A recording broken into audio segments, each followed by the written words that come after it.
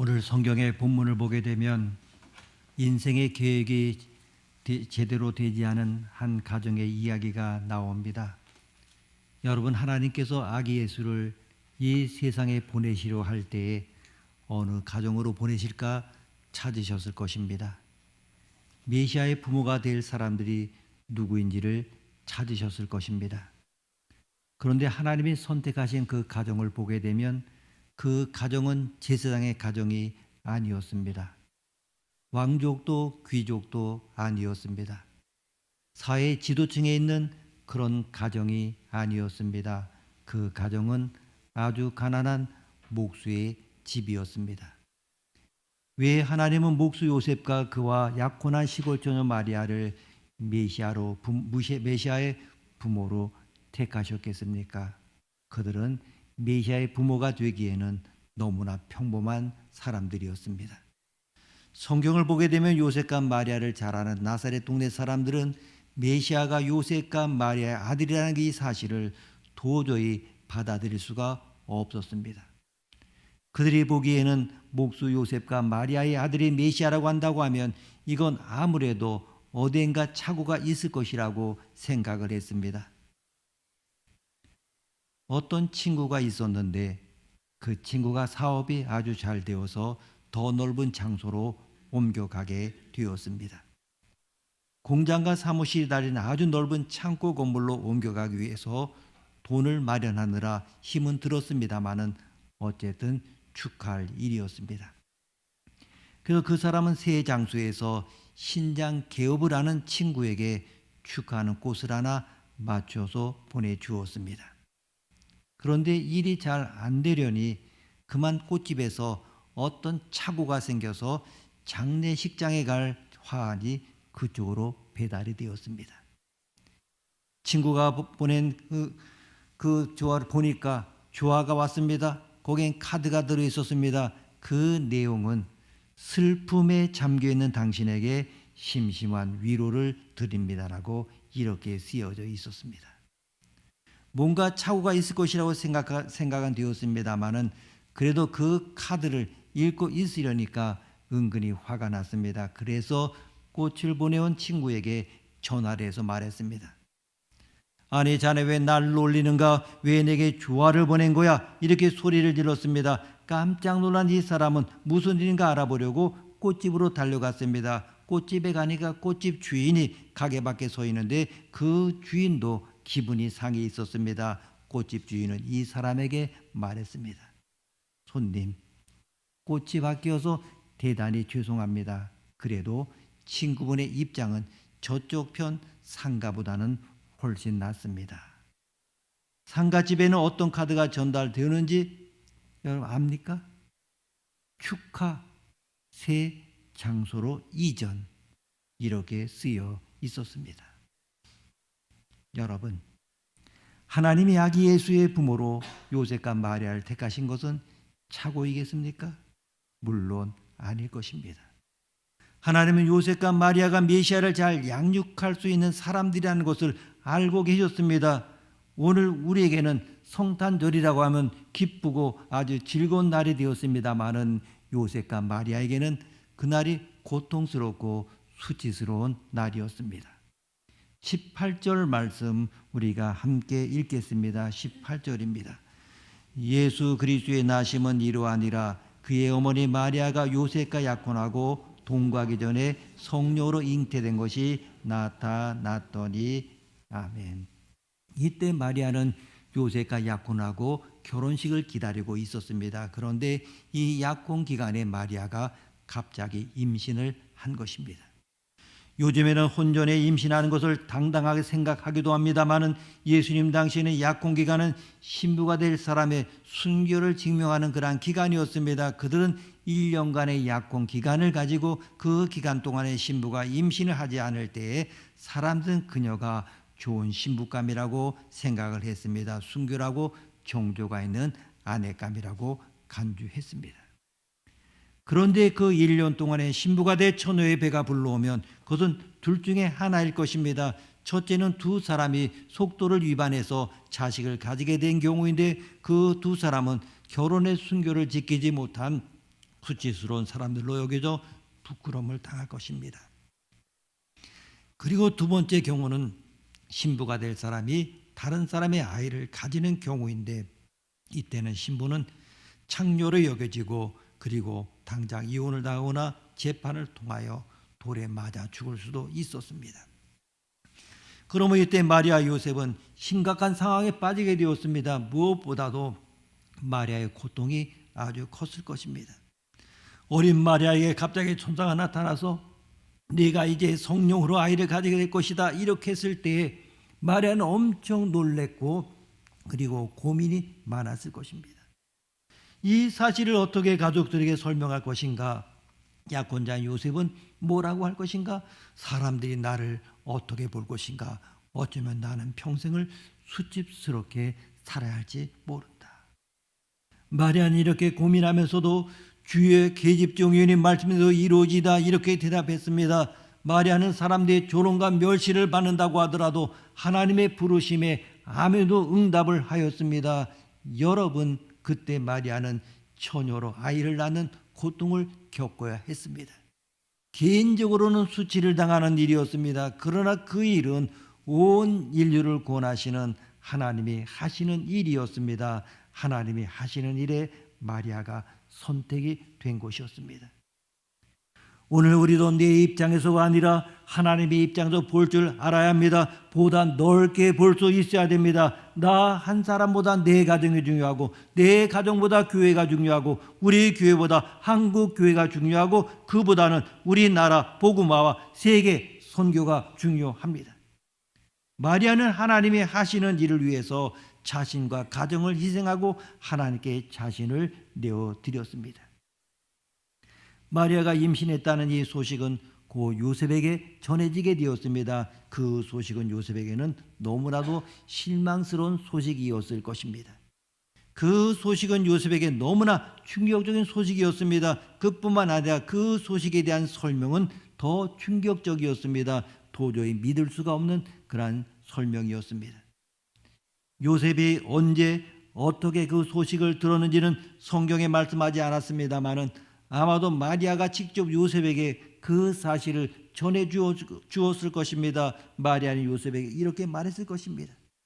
요셉, 정말 굉장한 소식이 있어. 나 임신했어요. 이 아이는 그냥 아이가 아니에요. 메시아예요. 천사가 내게 나타나서 내가 아이를 가질 것이야 이렇게 말했는데, 그래서 제가 물었습니다. 내가 사내와 잔 적이 없는데 어떻게 아이를 가질 수 있습니까? 그랬더니 성령이 내게 임해서 어떻게 아이를 가진다는 그렇게 이야기합니다. 정말 이건 너무나 기적입니다. 굉장하지 않습니까? 요셉 정말 기쁘지 않아요? 우린 선택된 거예요. 이제 천사에게 들은 그 이야기 그대로 요셉에게 전했을 것입니다. 그러나 요셉의 표정은 전혀 기쁘지가 않습니다. 누가 그 말을 믿을 수가 있겠습니까? 요셉은 어리숙한 남자가 아니었습니다. 아마 그때 이 요셉의 마음에는 아이의 아버지가 누구인가 이렇게 생각밖에 들지 않았을 것입니다. 요셉은 배신감을 느꼈을 것입니다. 마리아는 이미 다른 남자 아이를 가졌습니다. 요셉은 화가 났을 것입니다. 이제 요셉은 고민에 빠지게 되었습니다. 단란한 가정을 이루려고 하던 그의 꿈은 산산이 깨어지게 되었습니다. 이런 경우에 보통의 남자는 이혼 법정에 갈 것입니다. 그러면 마리아는 간음죄의 판결을 받게 될 것이고 요셉은 아무런 죄가 없이 이혼이 허락될 것입니다. 그리고 마리아는 간음죄의 처벌을 받게 될 것입니다. 이때 요셉은 어떻게 했습니까? 19절 말씀 함께 읽습니다. 19절입니다. 그의 남편 요셉은 의로운 사람이라 그를 드러내지 아니하고 가만히 끊고자 하여. 아멘. 여기에 보게 되면 요셉은 두 가지 성품을 가진 사람입니다. 먼저 그는 의로운 사람이었습니다. 그는 율법을 지키는 사람이었기 때문에 마리아와 이혼하기로 결심했습니다. 그는 의로운 사람이었습니다. 그리고 두 번째는 그는 자비의 사람이었습니다. 그는 자기의 약혼녀가 비록 자신을 배신했다고 해도 사회적으로 매장당하는 것을 원치 않았습니다. 그러기 때문에 그 요셉은 마리아와의 약혼을 가만히 끊으려고 했습니다. 그것은 요셉으로서는 최선의 선택이었습니다. 그는 율법의 요구를 지켜 이혼을 할 것입니다. 그러나 그 일을 자비롭게 처리할 것입니다. 공의와 자비의 사람 요셉, 왜 하나님의 요셉을 그리스도의 가정에 보냈는지를 보여줍니다. 여러분, 우리 모든 아버지들은 이 두 가지 속성을 가지고 있어야 합니다. 아버지는 의로워야 됩니다. 아버지는 올바른 사람이어야 됩니다. 아버지는 자식들의 가치관을 바로 세워주는 사람입니다. 아버지가 물에 물을 탔는지 물에 술을 탔는지를 모르면 자식을 바르게 키울 수가 없습니다. 자식이 볼 때 우리 아버지는 양심적이야, 정직해, 우리 아버지는 신앙은 절대 양보하지 않으시는 분이야, 자식이 볼 때 아버지가 분명한 가치관을 보여주어야 합니다. 여러분, 우리가 신앙인으로 살아가면서 다른 것은 몰라도 하나님 앞에서 바르게 살려고 힘써야 합니다. 그리고 하나님의 이름이 더럽혀질 때 거룩한 분노를 느끼는 사람이 되어야 합니다. 적어도 하나님을 사랑하는 사람이라고 하면 죄를 미워하고 죄가 들어오지 못하도록 자기 몸을 던져 막는 태도를 보여주어야 합니다. 신앙인이 적당히 거짓말하면서 아무런 양심의 거리낌이 없다고 하면 그 사람은 하나님을 사랑하는 사람이 아닙니다. 신앙이 다른 사람의 죄의 길에 머물러 있는 것을 용납하고 더구나 자기 자식이 죄의 길로 나가는 것을 보고도 눈물의 기도가 없고 마음이 찢어지는 고통이 없다고 한다면 그 사람은 하나님을 사랑하는 사람이 아닙니다. 요셉은 의로운 사람이었습니다. 요셉은 아무리 자기가 사랑하는 여인이라고 할지라도 죄의 씨를 잉태한 그 여인을 무조건 용납할 수가 없었습니다. 요셉은 자기 육신의 감정보다도 하나님 앞에서의 의를 더 중요시한 사람입니다. 하나님이 어떻게 보실까? 요셉에게는 그것이 가장 중요한 문제였습니다. 요셉은 의로운 사람이요 자기의 자식을 의롭게 기를 만한 사람이었습니다. 그러기에 하나님은 요셉에게 메시아의 양육을 맡기신 것입니다. 그런데 요셉은 의로운 사람일 뿐만 아니라 사랑의 사람이기도 했습니다. 요셉은 율법의 사람이었지만은 율법주의에 사로잡힌 사람은 아니었습니다. 여러분, 율법주의가 무엇입니까? 율법에 비추어서 자기의 의를 내세우고 다른 사람을 정죄하는 것이 율법주의입니다.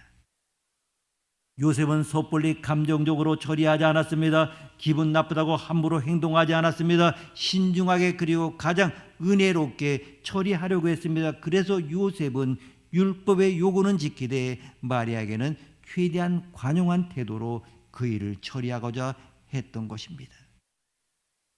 왜 요셉이 메시아의 아버지로 선택되었습니까? 그는 아내를 사랑하는 사랑의 사람이었기 때문입니다. 요셉은 비록 자기를 배신한 마리아를 떠나보내는 일도 마리아를 생각해서 마리아에게 제일 좋을 대로 조용하게 처리하기를 원했습니다. 예수님도 사랑의 삶을 사셨습니다. 십자가에 달린 강도도 사랑하시고 눈이 먼 사람도 나병 환자도 소중하게 보살폈습니다. 예수님은 교회를 사랑하시고 교회를 위하여 모든 것을 다 주셨습니다. 예수님은 모든 것을 주는 사랑을 자기 어머니에 대한 아버지 요셉의 사랑에서 처음으로 보았을 것입니다. 남편 여러분, 여러분이 자식을 사랑하는 가장 좋은 방법은 여러분의 아내를 사랑하는 것입니다. 아내도 마찬가지입니다. 남편을 존경하고 사랑하는 것이 자식을 사랑하는 것입니다. 요셉은 아내를 사랑했습니다. 비록 하나님의 의를 앞세우는 이 요셉이었지만은 마리아에게 가장 최선이 되도록 배려했습니다. 그런데 요셉이 마리아와 헤어질 것을 생각하고 있을 때 꿈에 하나님의 천사가 나타나서 말을 했습니다. 20절 21절 말씀 함께 읽습니다. 20절 21절입니다.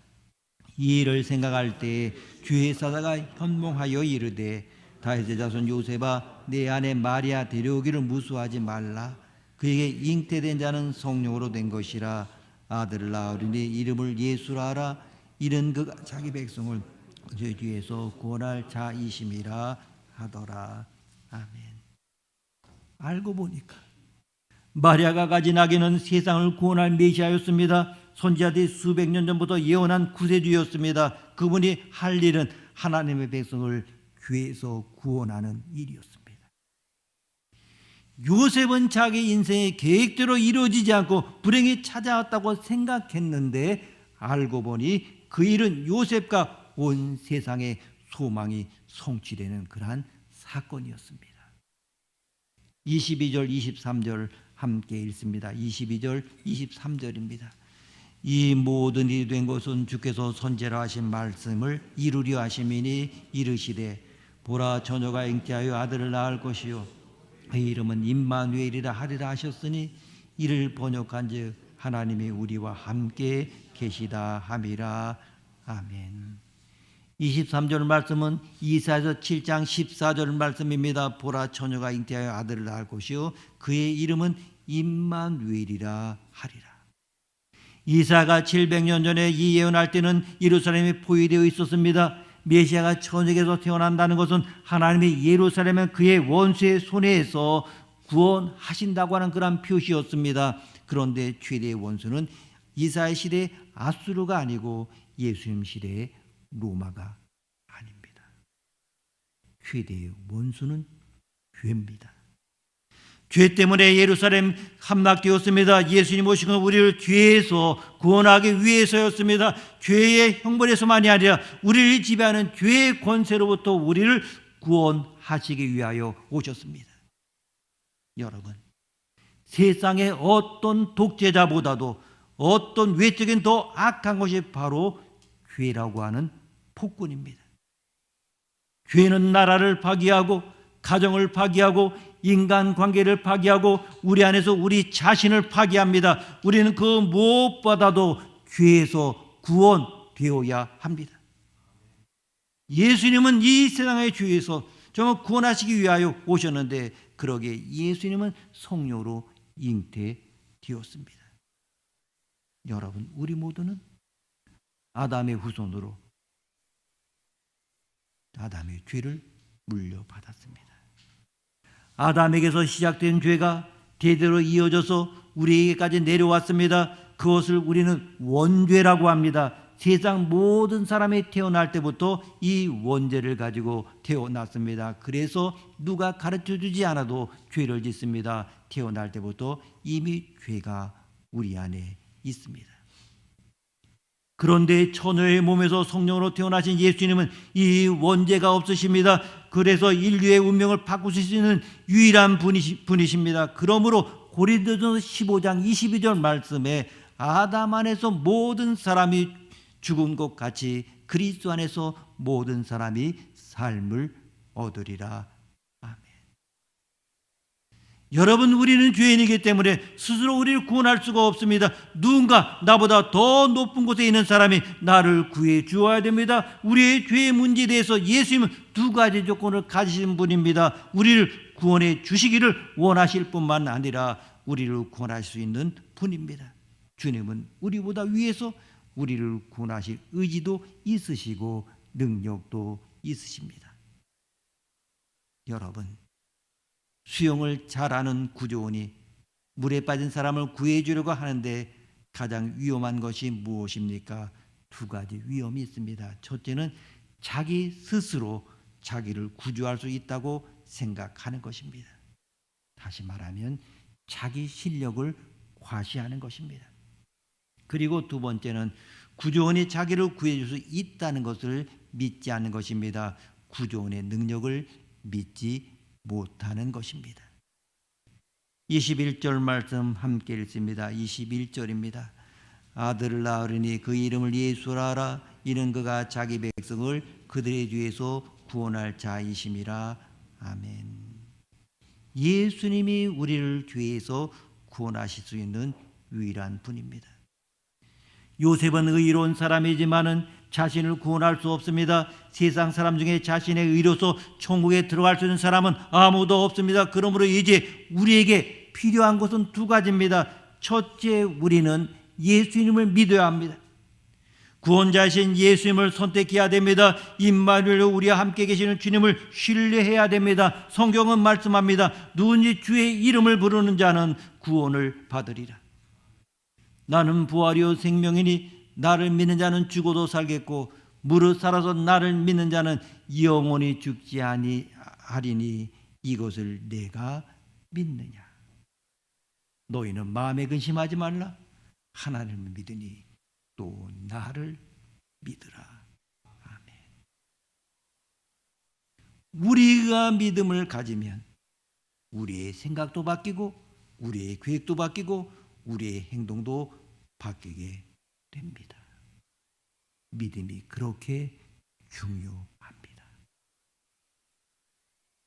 19세기 미국에 토마스 나스라고 하는 유명한 화가가 있었습니다. 그는 지금의 산타클로스의 이미지를 만든 사람입니다. 어느 날 그는 많은 사람들 앞에서 그의 그림 솜씨를 보여주고 있었습니다. 그는 커다란 캔버스를 옆에 눕혀놓고 그림을 그리기 시작했습니다. 그는 단숨에 아름다운 풍경을 그려나갔습니다. 그가 붓질을 할 때마다 푸른 초원이 나타나고 가축들이 나타나고 논밭이 나타나고 과수원이 나타나고 농장이 나타나고 푸른 하늘과 양털 구름이 나타났습니다. 그 그림은 하늘의 모든 축복이 내려오는 것 같은 그러한 그림이었습니다. 그 그림이 다 완성되었을 때 사람들은 박수갈채를 보냈습니다. 그런데 그는 붓을 그대로 가지고 있었습니다. 토마스 나스 씨는 다시 캔버스 가더니 마지막 붓질을 하기 시작했습니다. 그는 어두운 색깔을 톡 찍어서 캔버스에 마구 먹칠하기 시작했습니다. 그는 맑은 하늘도 지우고 초원도 지우고 과수원도 지우고 농장도 다 지웠습니다. 그는 아름다운 풍경을 다 망쳐놨습니다. 마치 3살짜리 아이가 마구 그려놓은 그림처럼 마구잡이 알 수 없는 그림을 그려 놓았습니다. 그리고 그는 만족스러운 표정으로 붓을 놓고 이제 옆으로 물러서서 사람들의 박수를 기다리고 있었습니다. 그러나 박수는 나오지 않았습니다. 아무도 그 그림을 보고 박수를 치지 않았습니다. 그때 토마스 나스 씨는 진행위원에게 말해서 그 그림을 이제 수직으로 세워달라고 했습니다. 그림을 세웠을 때 거기에는 아름다운 폭포가 그려져 있었습니다.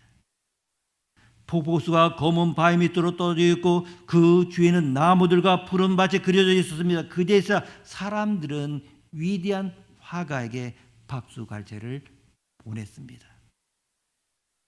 여러분, 우리의 인생이 이 그림과 같습니다. 어떤 때는 우리 인생의 하늘은 푸르고 우리가 하는 모든 일에 하늘의 축복이 내리는 것 같은 때가 있었습니다. 그러다가 하나님은 우리의 삶에 검은 색깔이 나타나는 것을 허용하십니다. 고통과 상처, 실패, 낙심이 찾아옵니다. 그것들이 우리의 삶에 좋은 것들을 하나씩 하나씩 지워버립니다. 우리의 삶에 기뻐할 것도 없고 찬송할 것도 없어지는 것 같습니다. 그러나 하나님의 사역은 아직 끝나지 않았습니다. 하나님은 밝은 색깔과 어두운 색깔을 모두 사용해서 우리의 삶을 만들어 가십니다. 하나님이 우리의 삶을 완성하실 때 세상은 창조주 하나님의 놀라운 솜씨를 보게 됩니다. 어느새 우리의 삶은 하나님의 걸작이 되어 있습니다. 하나님은 우리의 실망을 통해서 때로는 실패를 통해서 우리의 꿈이 성취되게 하십니다. 우리가 할 일은 무엇입니까? 그 하나님을 신뢰하는 것입니다. 우리는 주님께 순종해야 합니다. 요셉은 순종했습니다. 24절, 25절 말씀 함께 읽습니다. 24절, 25절입니다. 요셉이 잠에서 깨어 일어나 주의 사자의 분부대로 행하여 그의 아내를 데려왔으나 아들을 낳기까지 동침하지 아니하더니 나암의 이름을 예수라 하니라. 아멘.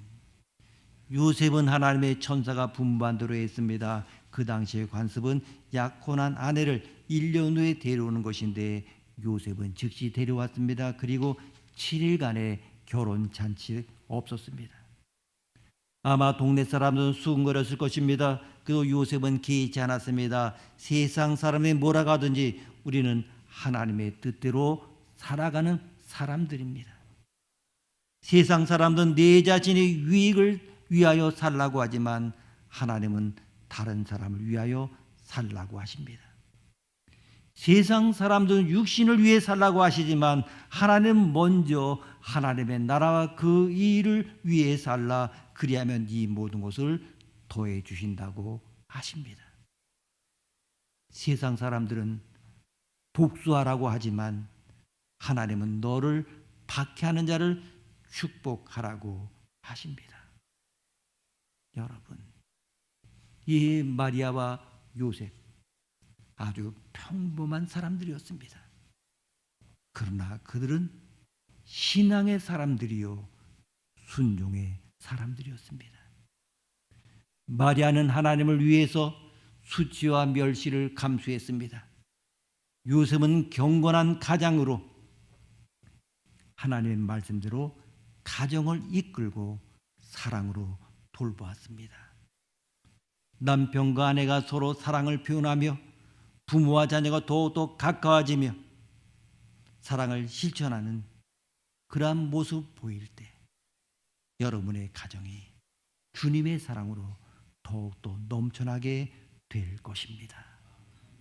이러한 축복이 여러분의 삶 속에 풍성히 임하게 되기를 주의 이름으로 축복합니다.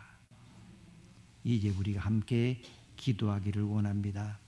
여러분 책자에 보게 되면 공동 기도문이 있는데 나를 향한 하나님의 뜻을 깨닫고 순종하는 믿음의 사람이 되게 하옵소서가 오늘의 공동 기도문입니다.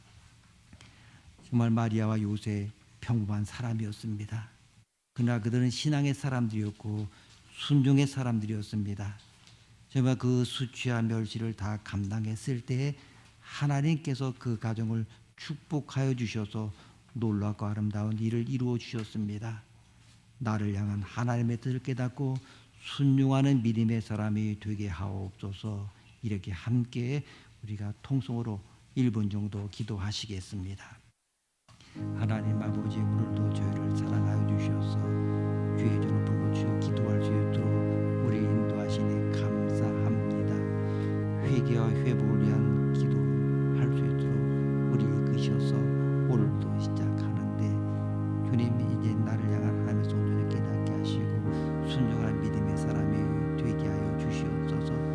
마리아와 요셉은 평범한 사람들이었지만 그들은 신앙의 사람들이었고 순종의 사람들이었습니다. 마리아는 하나님 위해서 수치와 감수했고 요셉은 경건한 가정으로 하나님 말씀을 가정을 이끌고 사랑으로 돌보았습니다. 주님, 바로 이러한 모습들이 우리 가정에 넘쳐나게 하시고 또한 사랑을 온전히 실천할 수 있는 믿음의 사람으로 온전히 세워주시옵소서.